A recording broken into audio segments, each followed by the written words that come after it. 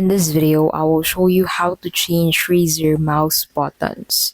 But before we get started with the video, please don't forget to check out the links in the description for bonuses and resources we share with our viewers. So to get started, go ahead and install or open Razer Synapse on your device. So you can download it from the Razer's official site if you haven't already. Now, once you have downloaded it, go ahead and launch the app and sign in. So from there, go ahead and select your mouse on your dashboard, and then you'll see a visual layout of your mouse. Click on the button that you want to change, and then you can go ahead and assign a new function. So you can choose from options like keyboard function, mouse function, macro, launch program, multimedia control. You can even assign profile switching or DPI adjustments.